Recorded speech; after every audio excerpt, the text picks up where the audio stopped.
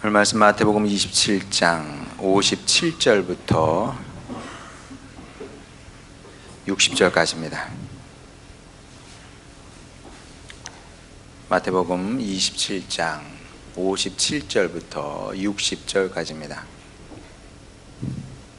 제가 봉독합니다. 저물었을 때에 아리마대의 부자 요셉이라 하는 사람이 왔으니 그도 예수의 제자라. 빌라도에게 가서 예수의 시체를 달라 하니 이에 빌라도가 내주라 명령하거늘 요셉이 그 시체를 가져다가 깨끗한 세마포로 싸서 바위 속에 판 자기 새 무덤에 넣어두고 큰 돌을 굴려 무덤문에 놓고 가니. 아멘. 제가 이제 신학대학원에 가서 수업을 하면서 학생들에게 물었습니다. 저 부자입니다. 이렇게 생각하는 분이 있으면 손 들어보세요. 그랬더니 한 명도 안 들더라고요. 심지어 학생 중에는 직업이 한의사인 분도 있습니다. 제가 이렇게 봤죠. 그랬더니 저 부자 아닙니다. 오해하지 마세요. 저 부자 아니에요. 그러더라고요. 그래서 제가 정색을 하고 다 부자라고, 우리 그냥 부자가 아니라 가쁩니다. 그렇게 얘기를 했습니다. 물론 뭐 받아들였는지 안 받아들였는지는 잘 모르겠어요. 근데 다 가쁘다. 우리는요, 우리도 마찬가지입니다. 우리 다 부자죠. 다 가쁩니다. 자, 어떤 근거로 이렇게 얘기할 수 있느냐? 먼저 마태복음 6장 11절 보도록 하겠습니다. 오늘 우리에게 일용할 양식을 주시옵고. 자, 일용할 양식을 갖고 있으면 가난한 건 아니에요. 또 디모데전서 6장 8절 우리가 먹을 것과 입을 것이 있은즉 족한 줄로 알 것이니라. 오늘 먹을 것과 입을 것이 있으면 그러면 부자라는 얘기입니다. 자, 이것이 성경의 기준인 겁니다. 부자와 가난한 사람을 나누는 성경의 기준이 이겁니다. 자, 근데 여러분, 우리 중에서 먹을 것과 입을 것이 없는 사람이 어디 있습니까? 물론 은퇴 이후 노후를 조금 걱정할 수는 있을지 모르겠습니다만은 그것도 배부른 걱정입니다. 사실 제가 볼 때는 그래요. 배부른 걱정이에요. 노후가 언제적이에요? 65세, 70세? 그 다음은 못 살 것 같아요, 여러분? 안심하시기 바랍니다. 원래 사회는 불안과 근심을 먹고 살게 돼 있어요. 그리고 그게 필요 없다는 건 아닙니다. 여러분, 멜서스가 나왔습니다. 인구론은 지금도 읽히는 책이에요. 그게 멜서스가 목사님이었거든요. 목사님이 어떻게 그런 책을 쓰셨는지 모르겠는데 어쨌든 불안을 조성했거든요. 근데 객관적으로 타당한 얘기입니다. 틀린 얘기가 아니에요. 그 불안 덕분에 뭔가 대비할 수 있었죠. 마르크스 나쁜 사람이죠. 그러나 그의 경고가 아주 틀린 얘기는 아니었거든요. 그러니까 뭔가 대비를 할 수 있었죠. 불안이 조성이 됐기 때문에 대비를 할 수 있는 겁니다. 북한 우리를 늘 불안하게 만들잖아요. 그 대비를 하는 겁니다. 이스라엘에 전쟁이 일어났습니다. 끔찍한 일이죠. 그걸 보면서 와, 북한이 우리나라 도발하는 거 아니야? 그럴 수 있겠네. 준비를 하겠죠. 사회는 불안으로 먹고 사는 거예요. 그리고 그 불안이 꼭 나쁘다고 할 수는 없다. 자, 그런데 그렇긴 하지만 우리도 거기에 그 장단에 맞춰서 춤을 출 수는 없지 않습니까? 사회는 계속 불안을 조성하거든요. 우리 노후가 불안하다. 국민연금이 어떻게 될지 모른다. 뭐 그렇게 될 수도 있어요. 그러나 우리가 국민연금 의지하고 살겠습니까? 여러분, 국민연금 믿고 살아요? 아니요. 하나님께서 우리를, 당신의 백성을 또 먹여주시고 입혀주시고 살게 해주시지 않겠습니까? 예수님께서 마태복음 6장에서 하신 말씀이죠. 우리는 하나님의 자녀로 살게 되면 하나님께서 우리가 먹는 것, 입는 것을 책임져 주실 거다. 걱정할 게 없어요. 노후 너무 걱정하지 마시기 바랍니다. 제가 이걸 장담하기는 좀 그렇지만, 우리는 지금도 부자고 끝까지 부자로 살게 될 거다. 이 사실을 인정하고 받아들이시기 바랍니다. 여러분은 부자예요. 나 부자. 그 생각을 갖고 사세요. 자, 그런데 그래서 오늘 본문 말씀이 위로가 됩니다. 힘이 되죠. 자, 왜냐하면 성경에 보게 되면 부자를 좋게 얘기하지 않거든요. 특히 신약에 오면 부자를 좋게 얘기하는 경우가 그렇게 많지 않습니다. 근데 우리가 부자잖아요. 자, 그래서 성경에 저도 신약 성경에 부자가 누가 있나 찾아보거든요. 찾아봤습니다. 아리마대 요셉이 부자였어요. 오늘 본문 말씀에 부자라고 얘기하지 않습니까? 돈만 많았던 것이 아니라 사회적 지위도 가진 사람이었다. 누가복음 한번 보겠습니다. 누가복음 23장 50절. 공회의원으로 선하고 의로운 요셉이라 하는 사람이 있으니, 아리마대 요셉 얘기하는 거거든요. 자, 공회의원이 누구냐? 제가 한번 말씀을 드렸어요. 우리식으로 말하면 국무위원회에 해당이 된다. 국무위원회 자리까지 아무나 올라가는 거 아니잖아요. 여러분 주변에 국무위원 있습니까? 국무위원쯤 되면 어느 정도가 국무위원일까요? 뭐 차관 정도는 돼야 되는데, 여러분 차관님 만나기 쉽지 않습니다. 차관님 정도 되면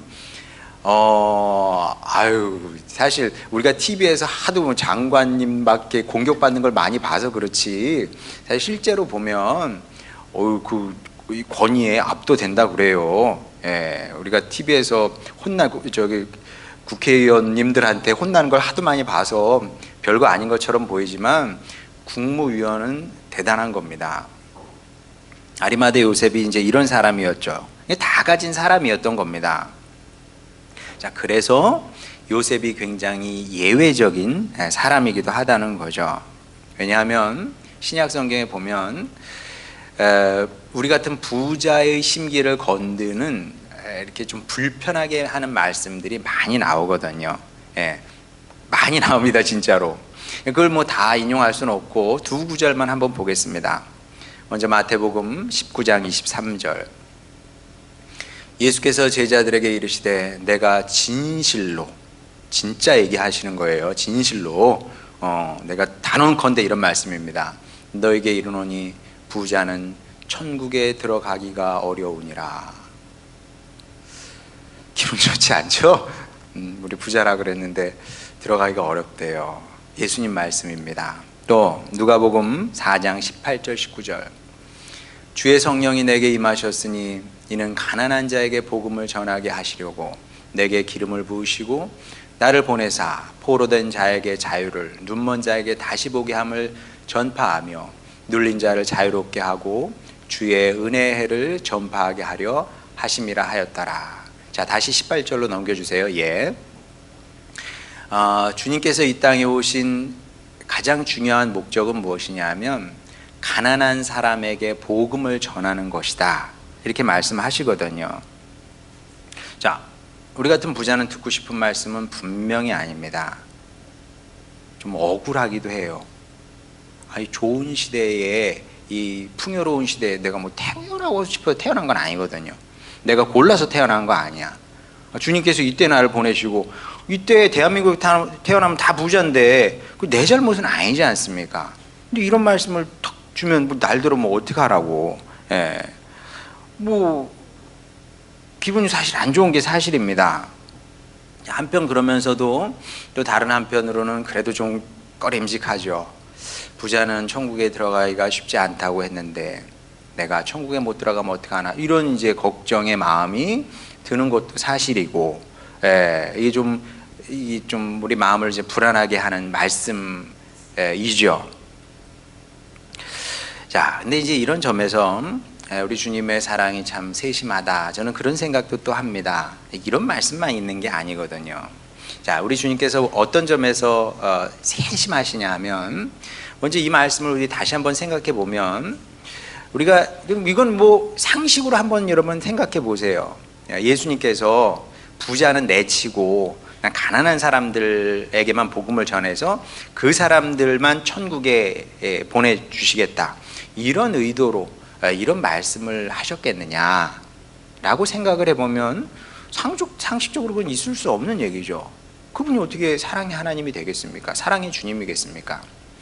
사랑의 주님은 누구도 배척하면 안 돼요. 그리고 예수님이야말로 정말 이 땅에 오셔서 아무도 배척하지 않으셨습니다. 예수님은 어떤 편에도 들어가지 않으셨어요. 정말 그렇습니다. 예수님 시대에 대략 그 네 개의 파벌이 있었습니다. 파벌, 종교적이고 정치적인 파벌이었는데, 하나는 사두개파, 바리새파, 열심당, 에세네파. 대략 이게 네 개의 파벌로 구성이 되어 있는데, 예수님은 어떤 파벌에도 소속되지 않으셨어요. 그리고 이 사람들을 다, 에세네파는 말고, 에세네파는 설명하면 긴데 이 사람들은 만나기가 어려운 사람들이었어요. 이 나머지 세 파하고는 누구하고도 어울리셨고, 누구든 원하면은 그 제자로 받아주셨습니다. 누구든. 그리고 죄인이라고 불리는 사람들, 뭐 세리든 거리의 여인이든 뭐 누가 됐든 예수님께서 배척하지 않으셨거든요. 근데 부자라고 그래가지고 너희는 안 돼, 칼로 탁 빼가지고 내쳐버려. 이거 있을 수 없는 얘기지 않습니까? 예수님은 그런 분이 아니셨고요. 예수님은 모든 사람의 구주로 오신 겁니다. 모든 사람의 구주. 그래서 누구든지 예수님의 손을 잡으면 되는 겁니다. 뭐 사두개파든 뭐 바리새파든 뭐 에세네든 열심당이든 그 다음에 부자건 가난한 사람이건 뭐 공부를 많이 한 사람이건 공부를 못한 사람이건 양반이건 종이건 남자건 여자건 차이가 없는 거예요. 자, 근데 왜 예수님께서 이런 말씀을 하셨느냐? 근데 조금만 생각해 보면 그 당연한 거예요. 자, 여러분이 한번 여러분 직업이 의사라고 한번 생각해 보세요. 진료를 하고 있는데 감기 환자들이 쭉 몰려왔습니다. 진료를 하고 있었어요. 자, 그런데 갑자기 촌각을 다투는 위중한 환자가 들것에 실려서 온 겁니다. 자, 그러면 그럼 어떻게 해야 됩니까? 공정해야죠. 순서 뜨잖아요. 1번, 2번, 3번 대기 순서에 따라서 나는 공정한 사람이니까 순서를 지켜. 일단 감기 환자부터 보고 다 끝난 다음에 위중한 사람 봐야지. 그러지 않겠죠. 여러분, 그게 맞다고 생각하십니까? 그게 공정은 아니잖아요. 그리고 어떤 감기 환자가 순서 안 지켰다고 그래가지고 보건복지부에 찌르고 그러겠습니까? 그러면 보건복지부 공무원도 이 사람 이상한 사람이네, 아마도 그럴 겁니다. 자, 마찬가지죠. 마찬가지입니다. 예수님께서 이런 말씀을 하신 이유는 부자들에겐 내가 복음을 전하지 않겠다, 그런 뜻이 아니라, 그런 뜻이 아니에요. 부자나 가난한 사람이나 다 주님의 자녀들입니다. 다 구원하고 축복하기를 원하시는 거죠. 다만 가난한 사람일수록 위급하고 위중하고 불쌍하거든요. 언제 죽을지 몰라. 그 예나 지금이나 가난한 사람일수록 건강 상태도 안 좋다 그럽니다. 미국 통계가 그렇잖아요. 상류층 사람들 중에서는 이렇게 그 비만 비율이 이렇게 많지 않대요. 가난한 사람, 왜냐하면 이제 패스트푸드를 많이 먹으니까. 그 미국 햄버거는 우리나라 2배라 그러더라고요, 크기가. 그런 거 이제 먹으니까 아무래도 이게 뭐 피도 더 끈적끈적해지겠고 혈압도 오르고 뭐 거기 소금도 많이 들어가 있고 뭐 그러니까 그렇지 않겠습니까? 그러니까 예수님의 마음이 먼저 그들로, 그러니까 이제 가난한 사람들에게 기울어질 수밖에 없는 거죠. 이걸 뭐라 그러냐면 인지상정이다. 인지상정이다. 그러니까 여러분, 주님께서 그 사람들을 먼저 찾아간다고 그래서 삐치고 이건 뭐 공정하지 않아, 이거는 이게 속 좁은 마음인 거죠. 그리고 실제로 예수님께서 이 땅에 오셔서 그렇게 행동을 하셨습니다. 가난하고 병들고 소외된 사람들을 먼저 찾아가셔서요, 울고 있잖아요. 울고 있으니까 그들의 눈물을 닦아주시는 겁니다. 불쌍하니까. 부모 마음하고 똑같은 거예요. 먹고 살만한 자식이 있고 어려운 자식이 있으면 부모가 누굴 도와주고 싶겠습니까? 예. 어려운 자식을 도와주고 싶은 게 부모의 마음이고요. 그럼 그 당연히 이해하는 겁니다. 그 편애가 아니잖아요. 예. 주님도 편애를 하시지 않으시니까 여러분 안심하시기 바랍니다. 자, 그렇게 주님께서 이 땅에서 사역을 하셨다는 겁니다. 자, 그런데 동시에 우리 같은 부자가 위축되지 말라고 이런 말씀도 또 주시는 거죠. 이런 말씀도 여기저기 숨어져 있습니다. 우리가 다 가진 사람이잖아요. 우리가 없는 게 뭐가 있습니까? 우리 같이 다 가진 사람도 너희도 내 아들이고 내 딸이니까 위축되지 말고 열심히 살아라. 쪼그라들지 말고 괜찮아, 너희 잘못이 아니니까 힘내서 신앙의 길을 걸어라. 이런 의미에서 본문 말씀을 우리에게 주셨다는 거죠. 특히 57절 말씀에 주목할 필요가 있는데 57절 마지막에 마지막 부분에 이렇게 기록되어 있습니다. 그도 예수의 제자라. 자, 부자인데 그 또한, 이게 중요해요. 그 또한 예수님의 제자예요. 자, 이게 그 당시 사람들에게는 굉장히 색다른 의미로 다가왔을 것 같아요.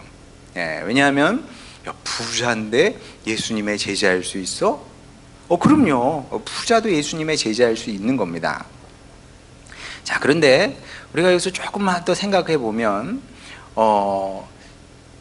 예수님의 제자라고 누군가 이렇게 평가를 한 거 아니에요. 근데 이 평가는, 이 칭호는, 호칭은 예수님 당시에 아리마대 요셉이 받았을 가능성은 거의 없습니다. 그러니까 예수님께서 그 30년 동안 이 땅에서 사시고 이제 공생에 대략 한 3년 정도 하시잖아요. 그 기간 동안 예수님의 제자라는 칭호를 받은 사람들이 있고 못 받은 사람들이 있는데 아리마대 요셉은 그 당시에 이 호칭을 받았던 것은 아닐 겁니다. 왜냐하면 뭐 여러 가지 이유 중에 하나가 아리마대 요셉이 했던 일이 국무위원이라고 하지 않았습니까? 그럼 국무위원이 얼마나 바쁜 사람입니까? 민족의 대소사를 책임지는 사람인데 이 사람이 뭐 예수님을 계속 따라다닐 수는 없잖아요. 현실적으로 이건 불가능한 일입니다. 예수님의 제자들은 다 내려놓고 예수님을 따라다녔기 때문에 가능했던 거고, 또 예수님을 따라다녔던 군중들은 신학자들의 연구에 의하면 아마 뭐 어중이 떠중이었을 거다. 그냥 이렇게 난민 같은 사람들이 많았을 거다. 이렇게 얘기를 합니다. 당연히 그렇죠. 근데 여러분, 멀쩡한 여러분 직장을 가지고 있는데 직장 생활하는데 교회에서 10시에 뭐 행사 있다 그래가지고 그래야 1년에 뭐 한두 번은 뭐 가능하겠어요. 근데 허구한 날 교회에서 10시에 행사를 만들면 그게 무엇이 됐든 간에 여러분 항상 참여할 수 있겠습니까? 불가능한 일입니다. 하나님께서 그걸 원하시겠습니까? 아리마대 요셉도 마찬가지입니다. 그렇게 할 수가 없는 사람이었습니다. 자, 그런데 어떻게 예수님의 제자라는 호칭을 얻게 된 것이냐? 자, 이거는 후대 교회의 평가였다. 이렇게 보는 거죠. 예수님 당시에 얻은 칭호가 아니라 후대의 교회의 평가였던 겁니다. 그러니까 이제 예수님께서 부활하셨어요. 그게 대략 한 30년 경으로 보고 있습니다. 그리고 마태복음은 언제 쓰여졌냐 하면 아무도 모릅니다만은 대략 60년도에서 70년도 아니면 80년, 70년대가 이제 70년대라는 설이 우세한데 한 3, 40년 지나지 않습니까? 그 3, 40년 기간 동안, 마태복음이 쓰여지는 그 기간 동안 그 어느 시점에선가 교회가 아리마대 요셉을 예수님의 제자로 인정을 했다는 거죠. 그러니까 교회 성도들 사이에 그런 공감대가 이루어진 겁니다. 아리마대 요셉이 예수님의 제자가 아니면 누가 예수님의 제자냐, 이런 공감대가 이루어졌던 거죠. 그러니까 마태가 자신 있게 그도 예수의 제자라 이렇게 쓸 수 있었던 겁니다. 그러니까 마태 혼자만의 생각이 아니고요, 교회 전체가 요셉을 그런 사람으로 인정을 했다는 겁니다. 자, 이런 점에서 사람의 평가도 안 중요한 건 아닙니다. 내가 사람에게 잘 보이기 위해서 뭐 어떻게 위선을 행할 필요는 없어요. 그러나 사람의 평가도 안 중요한 것은 아니다. 이건 뭐 당연한 건데, 내가 이웃을 평가를 하거든요. 아니라고 하는 사람 세상에 없습니다. 모든 사람은 남을 평가하게 되어 있어요. 자유가 있어요, 나에게.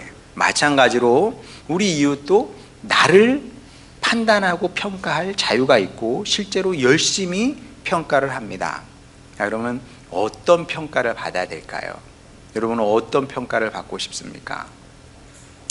이런 꿈이 여러분의 마음에서 이렇게 불타올랐으면 좋겠습니다. 주님, 저도 아리마대 요셉 같은 평가를 한번 받아보고 싶습니다.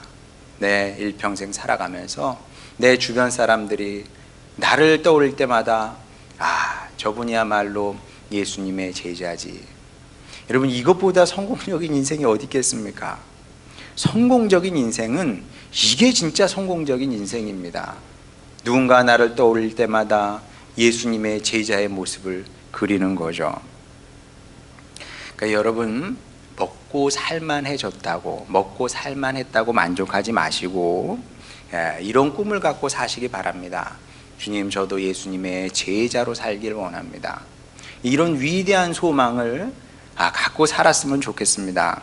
왜냐하면 이것이 부자인 우리가 구원을 이루는 가장 확실한 방법일 겁니다. 아마도 예수님 말씀하시잖아요. 부자는 천국에 들어가기가 어렵다. 농담을 하시진 않았을 거 아닙니까? 우리가 심각하게 받아들여야 되는데, 그럼 주님, 저 같은 부자는 어떻게 살아야 될까요? 소망이 바뀌면 되는 겁니다. 좀 더 잘 먹고, 좀 더 즐겁고, 좀 더 행복하게 살고, 이런 데 인생의 목적과 목표를 두고 살기보다는 주님의 제자가 되어서 주님의 제자로 살기를 소망하며 살게 되면, 그러면 그 소망이 우리를 자연스럽게 구원의 삶으로 인도하지 않겠습니까? 그리고 그래도 되는 것이, 서양 속담에 돈이 아무리 많아도 신발 2켤레를 신지 못한다, 그런 말이 있어요. 우리도 그런 얘기 하잖아요. 우리도 그런 얘기를 해요. 그렇죠. 5성급 호텔에 가서 잔다고 해서 다 잠이 더 잘 오는 거는 아니지 않겠습니까? 그렇죠? 그리고 그렇지 않다 하더라도 저는 그렇게 생각을 합니다. 우리 민족이 보편적인 부를 이룬 게 채 50년이 되지 않았어요. 제가 간혹 얘기하는 것처럼 저희 누나만 해도요, 배고픔을 아는 사람입니다. 배고픔이라는 것은 굉장히 비참한 거다. 우리는 배고프지 않잖아요. 자, 우리는 배가 고프지 않을 뿐만 아니라 부자고 누리는 것이 이렇게 많고 건강한 몸을 가지고 있고 또 부족한 게 없잖아요. 근데 이렇게 좋은 조건에서 살면서 기껏 우리가 생각한다는 것이 좀 더 부자가 되기를, 좀 더 많이 쌓아놓기를, 좀 더 즐겁기를, 좀 더 나에게 내 유익을 얻는 그런 길이 있을 거 아닙니까? 그런 길만 쭉 가다가, 그런 길만 걷다가 주님 앞에 서게 되면 좀 그건 부끄럽지 않겠습니까? 그러니 여러분, 오늘부터 이런 소망을 붙드시기 바랍니다. 이거는 누가 해줄 수 있는 것이 아니고요, 여러분이 결정하는 겁니다. 소망이 바뀌어야 되는 거죠. 소망이 달라져야 되는 겁니다. 그것이 참 그리스도인이고, 소망이 바뀌어야 우리도 아리마대 요셉처럼 멋진 인생을 살 수 있게 된다는 겁니다. 자, 그런데 본문 이야기는 우리에게 또 다른 위로의 메시지를 전해줍니다. 하나님 구원 역사에서 아리마대 요셉은 꼭 반드시 필요한 사람이었습니다. 그 당시 사람들은 그게 왜 중요했는지 잘 몰랐을 거예요. 다 지나고 보니까 중요했던 거죠. 사실 하나님의 사람이 다 그런 겁니다. 이게 이제 세상의 위인과 하나님 나라의 위인의 차이입니다. 세상의 위인은 세상의 방식으로 빛나요. 그런 사람도 필요하죠. 근데 하나님의 백성은 그때는 그 사람이 왜 중요했는지 잘 몰라요. 아브라함 보세요. 아브라함이 인류 역사에서 중요한 사람이었습니까? 빛나는 사람 아니었거든요. 지나고 보니까 해처럼 빛나잖아요. 아리마대 요셉도 마찬가지입니다. 이 사람이 뭐 대단한 일을 한 것 같지 않아. 근데 정말 중요한 사람이었던 거죠. 저는 여러분이 또 여러분의 가정이 우리 교회가 이런 역할을 했으면 좋겠습니다. 지금 아무것도 아닌 것 같아. 그렇죠? 아무것도 아닌 것 같죠? 여러분의 인생이 뭐 별거겠어요? 여러분의 가정이 뭐 별거겠습니까? 우리 교회가 뭐 별거겠습니까? 그런데 지나고 보면 그 사람이, 그 가정이, 그 교회가 거기 없었으면 어떻게 됐을까? 우리도 그렇게 될 수 있다는 겁니다. 그리고 그렇게 돼야만 하고 그 길을 따라 우리가 지금 함께 걸어가고 있는 겁니다. 그러니까 여러분 이런 꿈을 가지시기 바랍니다. 우리 아무것도 아니야 이런 식으로 생각을 하면 그건 가나안 정탐꾼 10명밖에 안 돼요. 여호수아와 갈렙처럼 그런 자세로 살아가는 겁니다. 주님, 우리가 아무것도 아닌 것처럼 보이지만 주님께서 결국 우리를 아브라함처럼 아리마대 요셉처럼 귀하게 쓰실 줄 믿습니다. 이런 믿음으로 살게 되면 이 믿음이 여러분의 삶을, 가정을, 교회를 위대하게 만드는 겁니다. 자, 그러면 아리마대 요셉이 왜 중요한 사람이었느냐? 왜냐하면 예수님은 이 시나리오상 반드시 무덤에 묻히셔야만 했습니다. 무덤에 묻히셔야 돼요. 그리고 돌로 그 무덤을 막아야 됩니다. 그러니까 뭐 장정 2명이 이렇게 움직일 수 없는 큰 돌로 막아야 돼요. 왜냐하면 부활의 주님께서 친히 돌을 옮기시고 그리고 그 빈 무덤, 그 무덤에서 살아나오셔야 되거든요. 그리고 그 무덤이, 예수님의 시신이 안치돼야 될 그 무덤이 빈 상태로 사람들에게 발견이 돼야 되는 겁니다. 이게 왜 중요하냐면 군인들이 가서 본 거예요. 군인들이 분명히 지키고 있었거든요. 근데 어느 순간에 오고 간 사람이 없는데 바위가 굴려져 있고 가서 보니까 예수님의 시신이 없어. 비어 있어. 예수님의 제자들도 가서 보니까 비어 있어. 그 예수님의 시신을 가져간 사람은 아무도 없어. 이건 뭐 명확한 사실이잖아요. 누가 예수님의 시신을 치우겠습니까? 불가능한 일이 일어난 겁니다. 자, 이게 빈 무덤이 예수님의 부활 이야기에서 굉장히 중요한 역할을 하게 되는데, 그 빈 무덤을 보면서 사람들이, 그 주변에 있는 사람들이 예수님의 부활을 인정할 수밖에 없는 그 결정적인 증거로 작용하게 됐다는 거죠. 그래서 이제 이것을 가능하기 위해서 누군가가 새 무덤을 준비해 놔야 됐거든요. 근데 안타깝게도 예수님 주변에는 그 일을 할 수 있는 사람이 없었던 겁니다. 왜? 돈이 없어. 여러분, 새 무덤 준비하는 거 쉽지 않아요. 예, 지금도 싸지 않습니다. 뭐 장례 치르고 뭐 그런 것이 지금도 뭐 몇백만 원 가지고 될 수 있는 게 아니지 않습니까? 예수님 시대에도 마찬가지입니다. 땅이 필요했고요. 예, 근데 뭐 땅이 뭐 헐값은 아니지 않습니까? 자, 근데 이 결정적인 절체절명의 순간 부자 아리마대 요셉이 혜성처럼 딱 등장하게 되는 겁니다. 아무도 생각하지 못했던 이런 시나리오였죠. 자, 그럼 이게 어떻게 가능했느냐? 어떻게 가능했겠습니까? 아무도 모르게 하나님께서 아리마대의 요셉을 준비해 놓고 계셨던 거죠. 그리고 이것이 우리 주님께서 일하시는 아주 특별한 방법입니다. 우리 주님은 늘 이렇게 예상치 못한 방식으로 일을 하세요. 왜 그럴까 저는 생각을 많이 합니다. 주님 왜 그렇게 하시나요? 이 계산이 되는 대로, 우린 계산되는 걸 좋아하거든요. 특히 저처럼 좀 합리적인 사람은 계산되는 걸 좋아합니다. 계산이 딱 맞아 떨어져야 거기에 또 이제 희열도 있고 기쁨도 있는데, 우리 주님께서 일하시는 방법은 계산이 안 돼. 이게 계산이 안 돼. 아무도 예상할 수 없는 방식으로 이렇게 일을 하시는 거죠.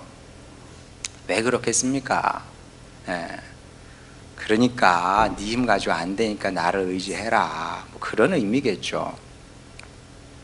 어찌됐든 우리 주님께서 아무도 몰래 아리마대 요셉을 준비셨고, 그를 통해서 당신의 구원 계획을 완벽하게 성취하시게 됩니다. 자, 그런데 이제 우리도 이렇게 돌아보면, 우리의 인생을 돌아보고 우리의 가정사를 돌아보고 우리 교회를 돌아보게 되면 우리도 다르지 않았던 것 같습니다. 우리 인생과 사역에도 다양한 종류의 아리마대 요셉이 있었습니다. 주님의 길을 가요. 주님의 부름을 받고 갑니다. 쉽지 않아요. 우리의 믿음, 내 믿음 지켜내기도 쉽지 않아요. 가정을 세우는 거 너무 어려운 일이죠. 자녀를 키워내는 거 눈물 쏙 빠집니다. 너무 어려운 일이에요. 이 사명을, 주님, 제 아들, 제 딸을 이 땅에서 소금의 역할을 하는, 빛의 역할을 하는 그런 주님의 자녀로 세워내길 원합니다. 우리의 간절한 바람이지 않습니까? 그게 어디 쉽던가요? 교회요, 교회는 더 어렵죠. 사람이 많아질수록 어려운 겁니다. 사람이 많아질수록 눈물 날 일도 많고, 슬픈 일도 많고, 답답한 일도 많고, 내 마음대로 안 되는 일도 많고. 가요. 그래도 가다 보면 어라, 길이 끊겨버렸어. 나 지금 저기를 가야 되는데 길이 끊겼어. 갈 수가 없어. 길이 끊겼는데 어딜 갑니까? 발 내디디면 낭떠러지게 해요. 또 어떤 때는 칠흑 같은 어둠이 그냥 덮치기도 해요. 금은밤. 우리 청소년들은 금은밤이 뭔가 그럴 거예요. 우리 어렸을 때 오늘 금음이다 할머니가 그러시면 이제 밖에 나가면은 아무것도 보이지 않거든요. 금은밤에는 아무것도 보이지 않습니다. 눈 감은 거하고 똑같아요. 손전등이 없으면은 화장실도 못 가죠. 병원소도 못 갑니다. 그런 어둠이 덮치기도 합니다. 아니, 그럼 뭐 어떻게 가? 갈 수가 없는 거예요. 가야 되는 건 알아. 근데 갈 수는 없어. 이런 일이 어디 한두 번이었겠습니까? 자, 그런데 그때마다 아리마대 요셉이 혜성처럼 등장해서 길을 내기도 하고요, 길을 밝히기도 했고, 또 없는 길을 만들기도 했습니다. 그 많은 이야기들을 뭐 어떻게 다 이야기를 하겠습니까? 정말 그렇게 해주셨고, 하나님께서. 그래서 이런 경험을 통해서 그런 경험이 쌓이는 거죠. 그런 경험이 쌓이니까 주님께서 다 하셨다고 말할 수밖에 없는 겁니다. 지금까지 주님께서 다 하셨어요. 앞으로는요? 앞으로도 마찬가지입니다. 이 사랑의 주님께서, 은혜의 주님께서, 능력의 주님께서 앞으로도 다 하실 것이다. 우리를 향한 주님의 선하신 계획이 결코 좌초되지 않도록, 좌초되지 않습니다. 자, 다만 관건은 무엇이냐 하면 우리가 이 사실을 믿는 겁니다. 이 믿고 가는 게 쉽지 않아요. 이 믿음을 잃게 되면, 여러분 믿음이 떨어지면 어떻게 되든가요? 시들시들해지고, 이거 뭐 재미도 없고 관심도 떨어지고 뭐 그렇게 되잖아요. 여러분 그 상태를 당연한 것으로 생각하면 안 됩니다. 그때 정신 번쩍 차리고, 주님, 제가 다시 믿음을 붙들겠습니다. 하나님을 의지하겠습니다. 하나님을 신뢰하겠습니다. 이런 자세로 또 신앙의 길을 걸어가야 되는 겁니다. 그러면 여러분, 안심하시기 바랍니다. 너무 걱정하고 근심하지 마시기 바랍니다. 여러분이 이렇게 주님 안에 거하면 잘못될 수가 없습니다. 왜? 하나님께서 여러분을 도우실 텐데 어떻게 도우실까요? 주님께서 지금도 저를 위해서, 여러분을 위해서, 가정을 위해서, 교회를 위해서 무수한 아리마대 요셉을 준비하고 계십니다. 저는 그런 기대를 하며 살아가요. 다시 말씀드리지만 사는 건 어려워요. 사는 건 어려워. 사는 건 어렵고 진짜 속에 근심 밖에 걱정해요. 예. 여러분, 제가 날마다 근심 걱정하고 잘 될까 안 될까, 끝까지 잘 버텨줘야 될 텐데 뭐 늘 그런 생각을 하며 살아가죠. 그러니까 이제 그건 여러분이 알아줬으면 좋겠습니다. 저와 여러분은 달라요. 목회자와 여러분은 다릅니다. 제 걱정을 하는 것이 아니라 여러분 걱정을 하죠. 자, 근데 그럼에도 불구하고 속의 근심 밖의 걱정 중에서도 주님을 기대한다는 거죠. 어떤 기대? 주님, 그때 주님께서 아리마대 요셉을 보내주셨잖아요. 그게 꼭 사람일 필요는 없습니다. 사람인 경우가 많긴 하지만 꼭 사람일 필요는 없어요. 어떤 때는 까마귀도 와요. 정 안 되면은 엘리야는 천사를 보내주시잖아요. 천사라도 뭐 사람일 수도 있고 무엇이 될 수 있습니다.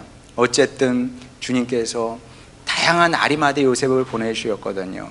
주님 그때 보내주셨던 아리마대 요셉, 그 사람이 길을 냈잖아요.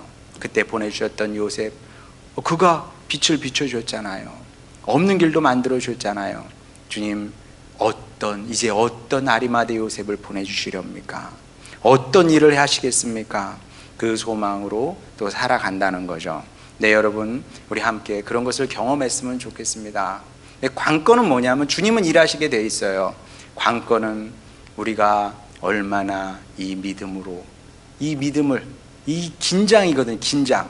마치 기타 줄이 팽팽하게 이게 하는 것처럼, 느슨해지면 소리가 안 나요. 팽팽하게 잡아당겨져 있거든요. 이 긴장을 유지해야 소리가 나는 것처럼 이 믿음이라는 긴장의 끈을 놓지 않고 살아가느냐에 따라서 우리의 미래의 모습이 달라지게 될 겁니다. 분명한 것은 믿음으로 살아가는 여러분 위해서 주님께서 열심히 일하고 계시다, 이 사실을 꼭 기억하시고 이 믿음의 길, 신앙의 길을, 소망의 길을 걸어가시기 바랍니다. 그래서 이 땅에서 정말 예수님의 제자라는 인정을 받을 뿐만 아니라 하나님께서 보호하시고 인도하시고 축복하신 은혜를 풍성히 누리는 복된 주님의 자녀로 살아가는 여러분 모두가 되시기를 주님의 이름으로 축원합니다. 찬양 부르고 기도하도록 하겠습니다.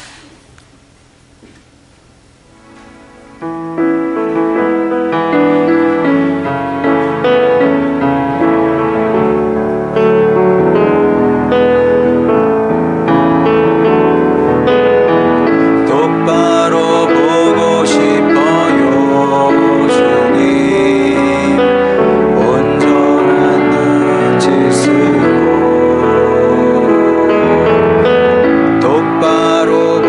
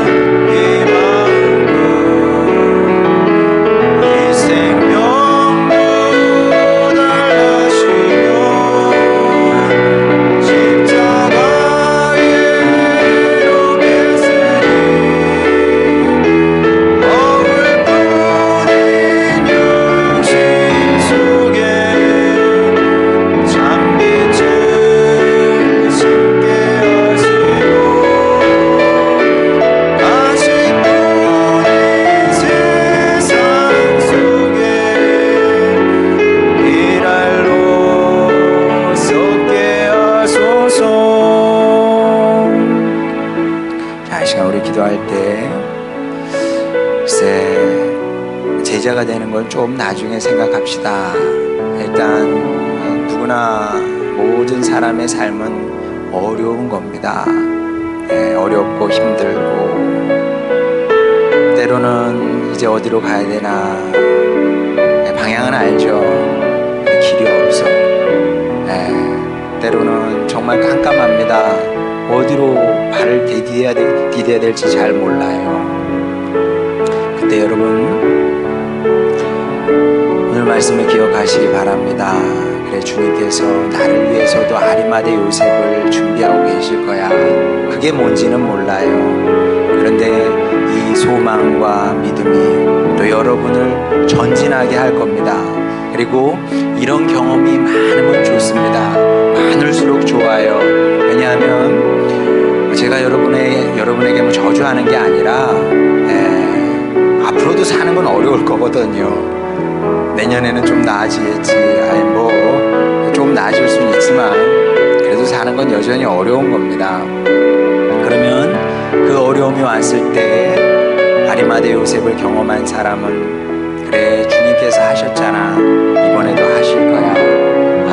그런 믿음을 붙잡을 수 있게 되는 것이고요. 진짜 주님께서 또 다른 아리마대 요셉을 준비하시게 되어 있습니다.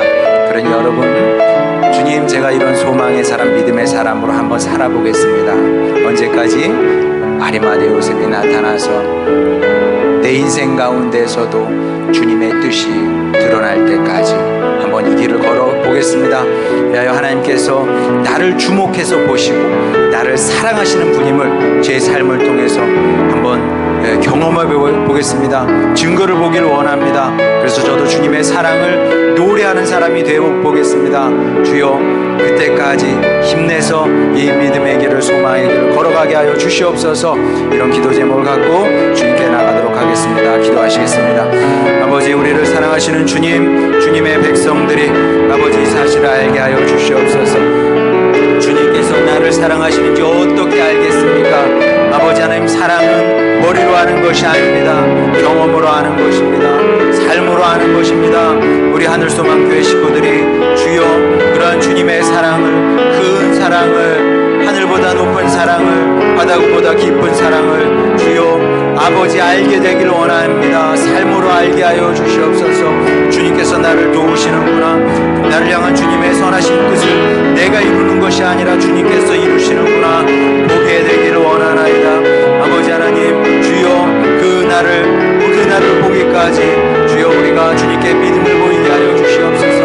믿음으로 신앙의 길을 걸어가게 되기를 원합니다. 길이 끊긴 자리에서조차, 또 어두움이 엄습한 자리에서조차 아버지 이 믿음과 소망을 지켜내게 하여 주시고, 그리하여 주님께서 까마귀도 보내어주시고 심지어 천사도 보내주셔서 우리를 살게 하시고 구원하는 것을 보게 되기를 원하오니, 아버지 하나님, 그런 구원의 삶을 살게 하여 주시고, 아버지 하나님, 이 경험이 우리로 하여금 제자 되게 하여 주시옵소서.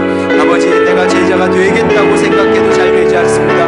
그러나 주님의 사랑을 받은 사람은 그 사랑의 힘으로 제자의 삶을 살 수가 있습니다. 주여, 우리가 먼저 주님의 사랑을 마음 깊이 체험하기를 원하오니, 새기기를 원하오니, 그러한 주님의 자녀들이 되어서 세상이 감당할 수 없는 주님의 사랑으로 세움을 입게 하여 주시고, 아리마대 요셉처럼 쓰임받고 살아가는 하늘나라의 일꾼들 다 되게 하시옵소서.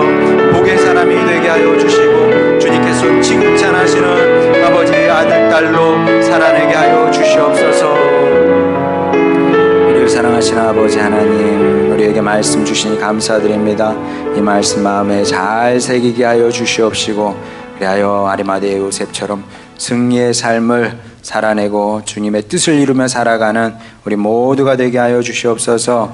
예수님의 이름으로 기도드렸습니다. 아멘. 찬송 508장 부르시면서 드린